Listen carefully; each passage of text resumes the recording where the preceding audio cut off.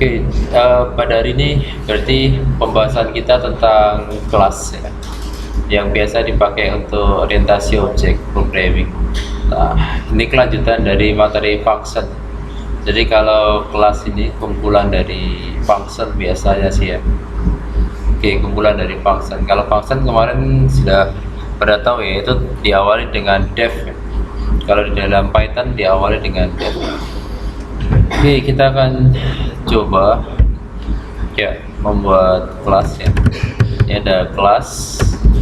Jadi isinya kelas itu seperti ini ya. Ini ada kelas, kemudian nanti dalamnya ada def gitu deh. Mungkin ada kumpulan lagi, def lagi. Jadi kumpulan dari function-function dijadikan satu dalam satu kelas gitu. Contoh umpamanya kelasnya kita kasih nama karyawan. Oke, karyawan. Kemudian dalam kelas karyawan itu biasanya ada nilai instan ya, pemberian nilai instan. Biasanya nilai instan itu seperti ini ya, dikasih init ya, terus self angka, sel apa yang mau diinput ya? Data gitu salah. Oke, data, kemudian titik 2. Nah, ini saya hapus ya. Kita ambil contoh satu aja. Nah, kemudian kita isi di sini self umpamanya self apa ya, atau kita isi dulu ya datanya itu apa saja ya? Nama ya, terus kemudian gaji, kemudian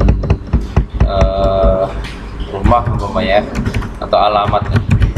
Oke. Nah, terus nilai dari instance atribut ini nanti atribut yang akan dikirim ya, nama, gaji, alamat. Kemudian kita tulis self titik nama, kita diambil dari nama. Jadi self ini nanti akan dipakai di dalam kelas dan bisa juga nanti dipanggil di luar kelas karena masih bersifat public. Nah, kemudian gaji sama dengan kita ambil nilai dari gajinya, kemudian sel alamat kita ambil dari nilai dari alamat ya. Oke, gitu deh.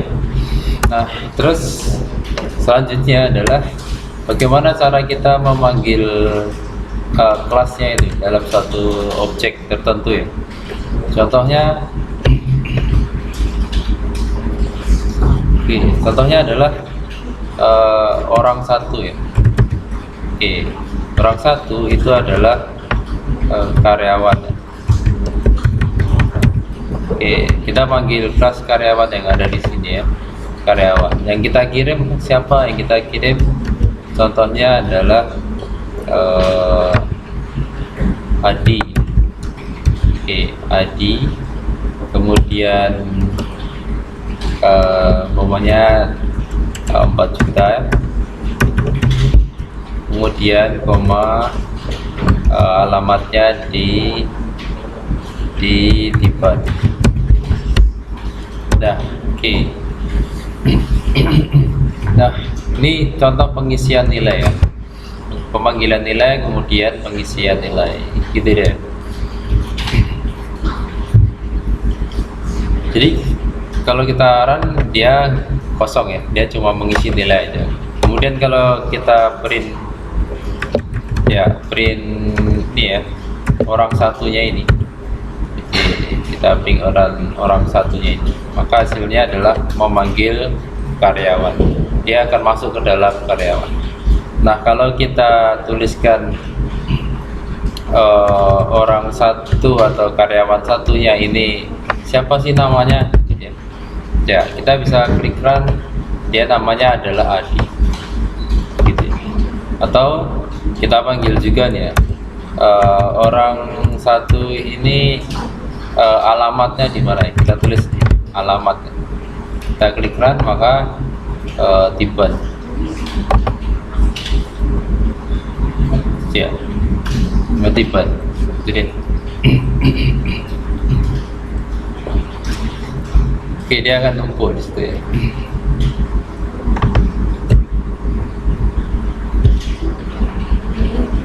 Ya, kalau kita kasih print di sini ya, kasih print, kemudian sini kita kasih print, ya, kita klik lagi ya. Jadi ada dua, orang satu nama, kemudian alamatnya tiba. Dia mengisi nilai data dari orang satu itu karyawan, datanya adalah ini, itu dia. Oke. Nah, kalau kita tulis tentang data, atau kalau kita mau tambah lagi ya, ini kita copy paste aja, kita tambah di sini ya datanya. Oke. Data orang yang kedua, mungkin karyawan yang kedua, ini namanya adalah, ini isi aja, namanya adalah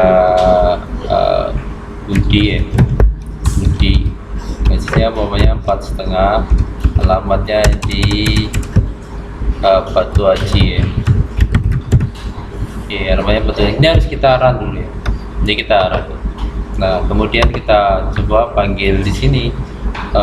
Pertama adalah data orang satunya itu bagaimana dengan dictionary ya, dictionary. Nah, kalau kita klik run, dictionary-nya orang satu seperti ini. Kalau kita panggil dictionary yang kedua, titik underscore 2 kali ya, underscore 2 kali, kita klik run. Nah, ini data yang kedua. Oke, ini data yang kedua. Data yang pertama, nama Adi, gaji sekian, alamat sekian, nama Budi, gajinya ini, alamat ini ya. Alamat ini diambil dari yang tadinya ini. Nah, jadi ini contoh penggunaan kelas pengisian data melalui kelas. Oke, melalui kelas. Kalau ini sudah selesai, ini bisa kita, kalau mau tambah lagi nggak harus di sini ya, kita bisa menambahkan di bawah ini juga bisa. Oke, kita tambahkan di bawah. Ini pokoknya adalah orang ketiga karyawan, namanya adalah Cynthia ya, gajinya 5,5, alamatnya di Nagoya ya. Oke, memanggil kelas karyawan yang di atasnya ini ya, memanggil kelas karyawannya, kemudian kita klik run, masuk, kemudian kita cek siapa karyawan nomor 3 ini, Dixon. Kita klik run. Oke, nama Cynthia, gaji sekian, alamat sekian. Oke, jadi seperti itu ya, pemanggilan.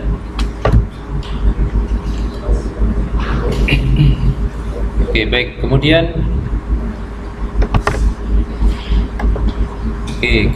kita coba bagaimana sih tentang encapsulation ya. Encapsulation itu menggambarkan suatu ide untuk membungkus data dalam satu unit sih. Jadi contohnya data tentang kelas karyawan ini umpamanya kita tambahkan di sini, yaitu umpamanya sel tunjangan A. Tunjangan A sama dengan 500.000 ya. Kemudian ada istilahnya tunjangan B itu ya 500.000 ya. Ini 600.000. Kemudian kemudian umpamanya kita tulis lagi tunjangan sel tunjangan C ya, 700.000. Nah, di dalam encapsulation itu ada istilah ini underscore 1, kemudian ada underscore 2. Underscore 1 ini masih bersifat public protection, kemudian kalau yang ini privasi. Kalau double underscores, dia memberi nama double underscores, itu artinya dia hanya bisa diakses di dalam aja sih ya, di dalam aja bisa diakses. Oke, contohnya seperti apa ya, kita panggil panjang ya caranya. Oke, contohnya gini, saya copy aja biar nampak di bawahnya.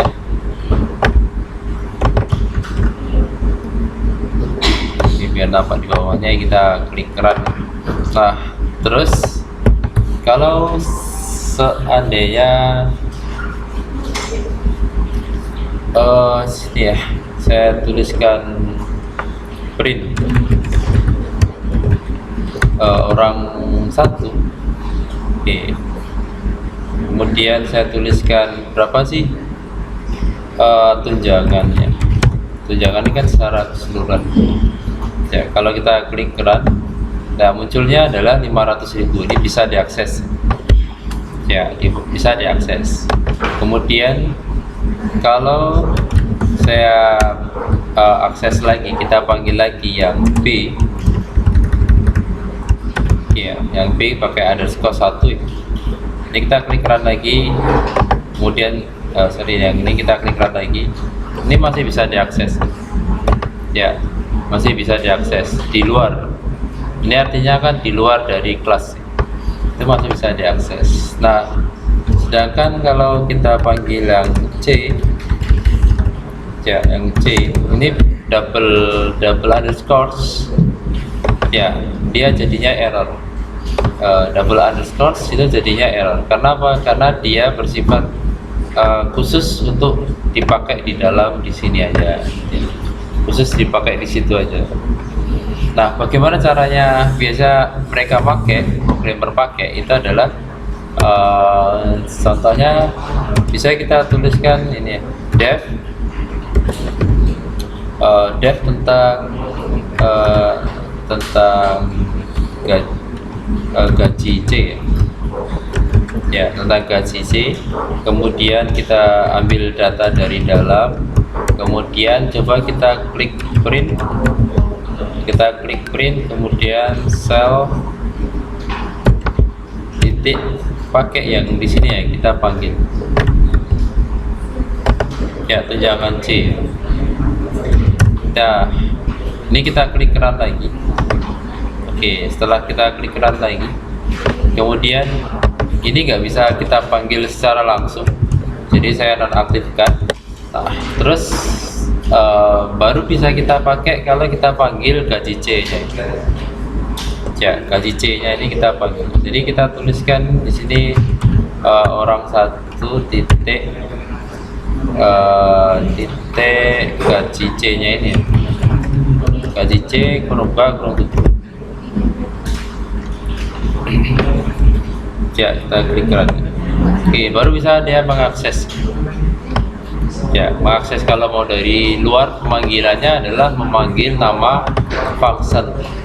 function yang isinya adalah data privasi tentang variabel tunjangan C di situ. Nah, itu contoh beberapa encapsulation yang tentang variabel.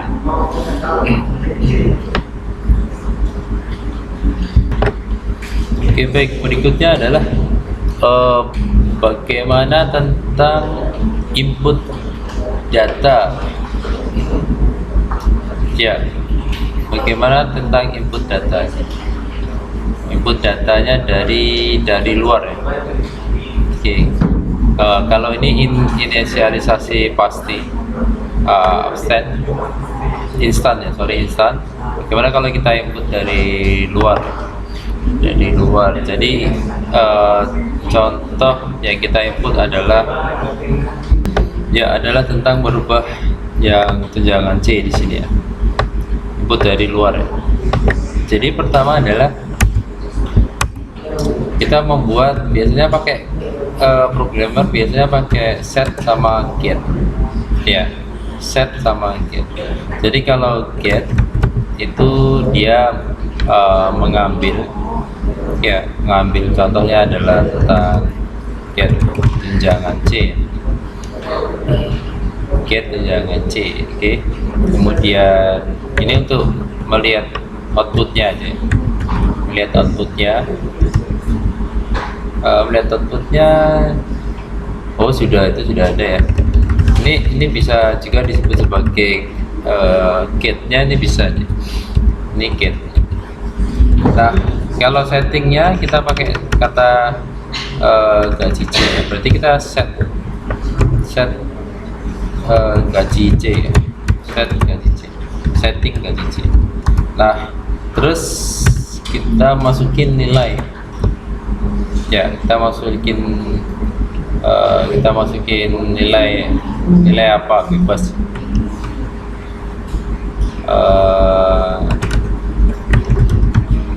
Tunjangan C, tunjangan makan. Oke, titik 2. Nah, tunjangan makan itu untuk sel yang C tadi ya, sel titik yang C tadi, kita kasih nilai tunjangan makan. Oke. Tunjangan makan. Nah, kemudian kita bisa cek di ini, kita run. Oke, ini kita run, kemudian ini bisa manggil ya. Oke, ini manggil, kemudian kalau kita panggil ini sudah. Kemudian bagaimana kalau kita isi ya, isi. Oke, kita isi sini ya. Data karyawan 1 titik. Oke, jadi ini yang set gaji, berarti kita pakai kata set gaji. Set gaji C, kita isi ya, kita isinya berapa ya, ini 700.000. Oke, kita isi 850.000. Nah, setelah kita isi ya, kita panggil lagi, coba ada perbedaan nggak nilainya gitu. Jadi kita pastikan lagi di sini. Oke, kita pastikan lagi, kemudian kita klik run ya. Nah, dia sudah berbeda di sini. Jadi pertama adalah 700.000, kemudian berubah menjadi 800.000 dengan kode yang sama ya, gaji C, ini gaji C. Oke, ini jadi setelah perubahan ya, setelah perubahan.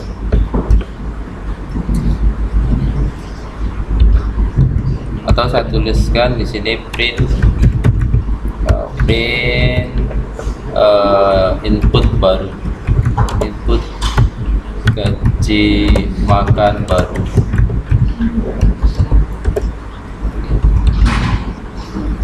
Terus yang ini adalah print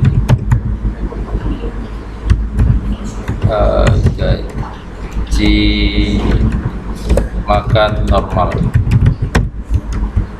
Udah. Oke, kalau kita klik run, oh tadi sudah berubah ya. Ya, nilai gaji C-nya sudah berubah.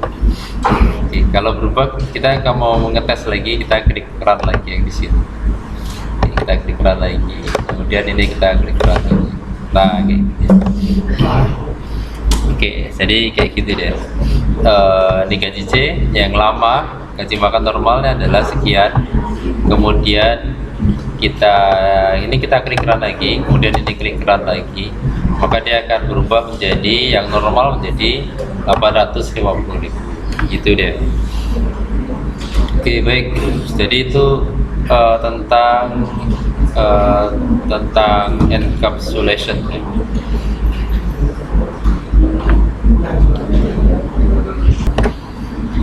Berikutnya kita membahas tentang inheritance. Inheritance itu kelas ada mewarisi kelas lain. Oke, kelas mewarisi kelas lain. Jadi contohnya seperti ini ya. Saya kopikan di sini aja biar nampak.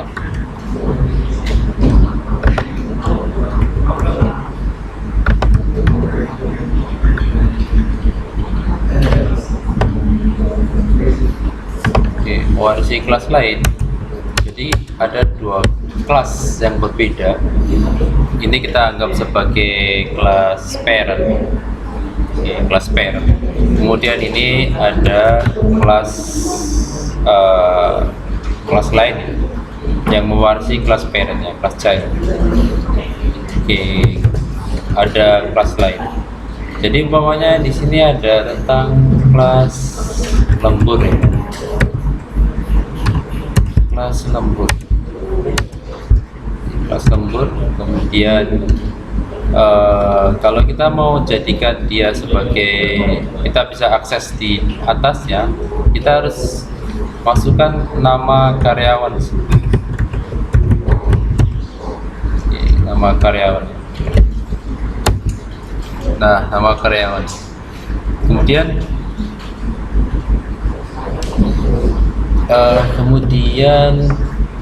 kita tinggal buat apa yang ada di dalamnya. Kelas lembur. Dev lembur. Saya tulis gaji lembur aja. Oke, gaji lembur. Kemudian saya tuliskan di sini misal D2, saya print aja sini.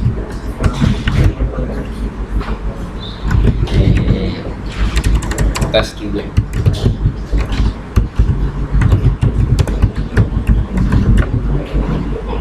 Oke, ini kita tes. Nah, oke, gitu ya. Terus ini coba kita keluarkan ya. Oke, kita keluarkan. Ini kita klik run. Kemudian coba kita isi. Tapi yang kita isi adalah tentang lemburnya tadi. Ini tentang ini satu aja. Tentang lemburnya tadi. Lemburnya umpamanya adalah lembur absen lembur apa ya, kerja lah, kerja sama dengan lembur. Kita ambil lihat anak dari kelas ya. Kerja sama dengan lembur. Lembur perompak tutup ya. Terus habis itu kita coba akses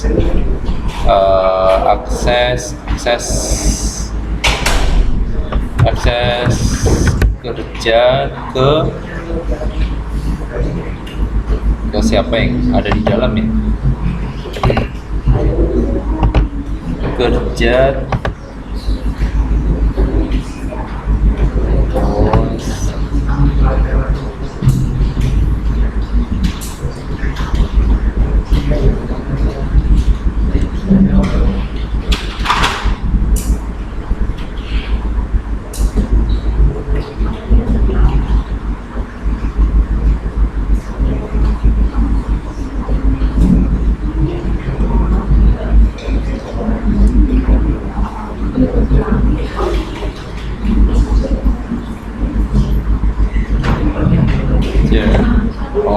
mana ini ya?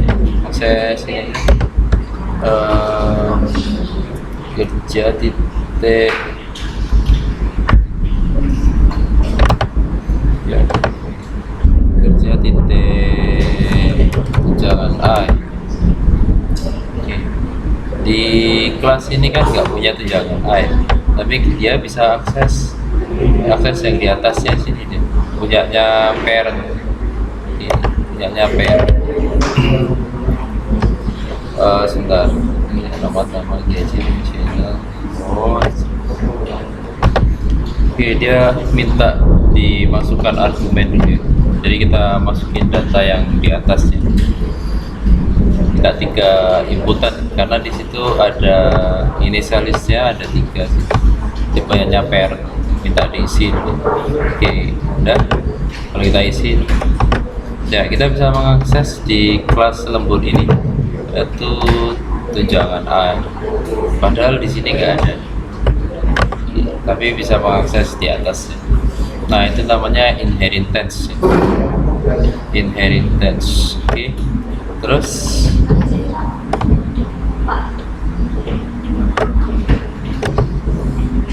kemudian kita bisa juga multi level inheritance. Multi level inheritance itu di sini ada kelas child gitu ya, kelas child. Oke, saya masukkan lagi ya. Kemudian saya masukin kelas, ada lembur, ada juga absen tidak masuk. Oke, absen. Oke, absennya mengambil, nah ini ya, absennya mengambil dari lembur. Oke, dari lembur seperti ini. Kita panggil gitu ya. Dari lembur isinya apa? Absen. Ya, kita tes dulu aja dulu ya. Kita membuat absen potongan. Ya, potongan. Oke. Kemudian kita tes dulu untuk nyambung atau enggaknya dulu ya, baru kita bisa modifikasi semua ya. Tes absensi potongan sama dengan ya, sama dengan udah, kita beri keran dulu ya. Terus kita klik keran. Ini kerja lembur sekian. Oke, kerja itu ambil dari lembur. Kemudian kalau potongan ya, potongan saya tulis potongan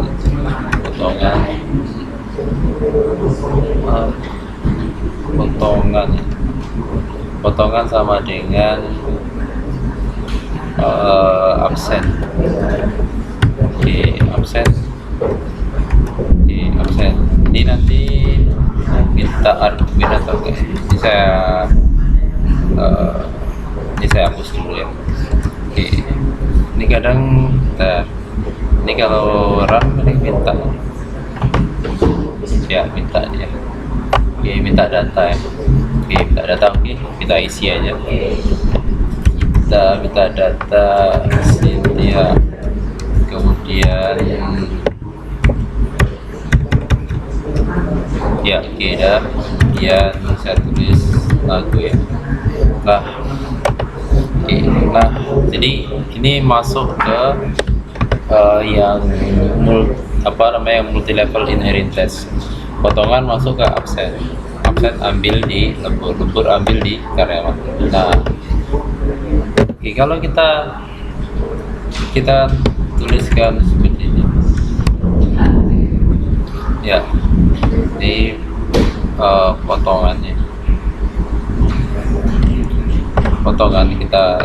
kita panggil tunjangan A. Oke, tunjangan A.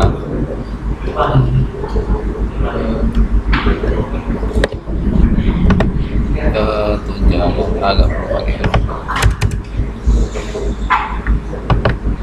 Oke, kita bisa akses dari absen itu, ambil yang di atasnya di sini.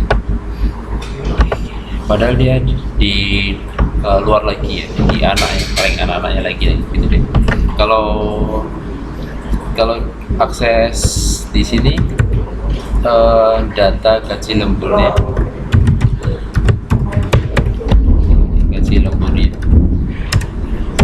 kita akses di sini ya, gaji lemburnya. Belum tutup ya, dia bisa akses. Kemudian kalau kita mau akses potongan titik, potongan ya, punyanya sendiri udah pasti bisa ya. Punya satu sendiri udah pasti bisa. Oke, ini punyanya sendiri, kemudian ini punyanya gaji lembur. Oke, jadi udah bisa ya, udah bisa akses ini dan juga bisa akses yang di bawah. Oke, ya. Oke, kayak gitu. Kalau mau kirim tinggal masukin di sini. Tinggal masukin. Umpamanya parameter ya. Ini namanya parameter. Ya, gaji lembur. Umpamanya lembur berapa kali, gitu ya. Berapa jam? Ya, jam. Nah, kita tinggal tuliskan di sini print jam kali lemburnya umpamanya 50.000. Ini kita klik run. Kemudian nah di sini harus kita masukin berapa jam, ambil lembur 3 jam. Oke, klik run. Nah, dia akan mendapatkan 150.000. Ini sama juga kalau mau lembur absensi tentang potongan ya. Pokoknya potongan itu adalah berapa hari. Nah, kita isi di sini koma, kemudian hari dikali dengan potongannya, potongan dia dapat berapa hari, potongannya 1 hari 250. Ini kita kekuran lagi, ini potongan nggak masuk 2 hari ya, kita kekuran lagi. Nah, seperti itu.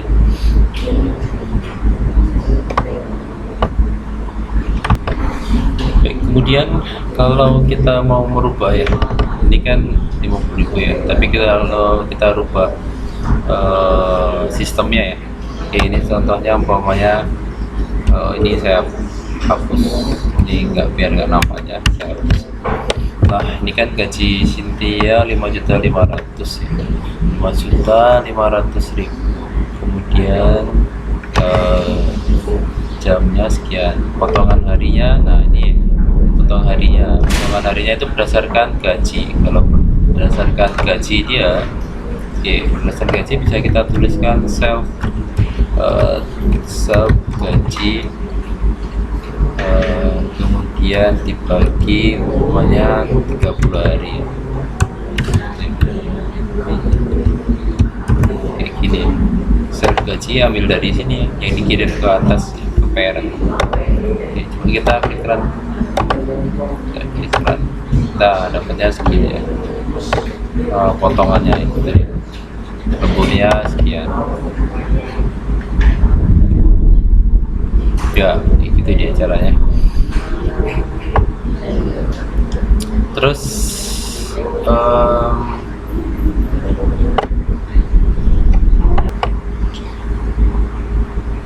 kalau ingin merubah 2 digitnya ya, jadi kalau merubah 2 digitnya ini, kalau ini kita tambahkan ini 2 digitnya kan, belum kebanyakan kan, kita tambahkan di sini persen,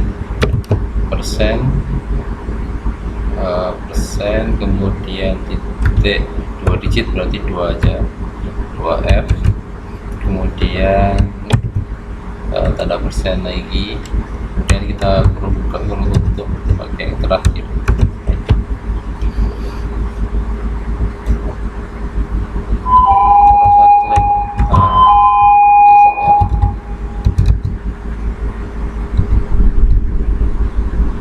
Ya, kita tes. situ belakang rumahnya.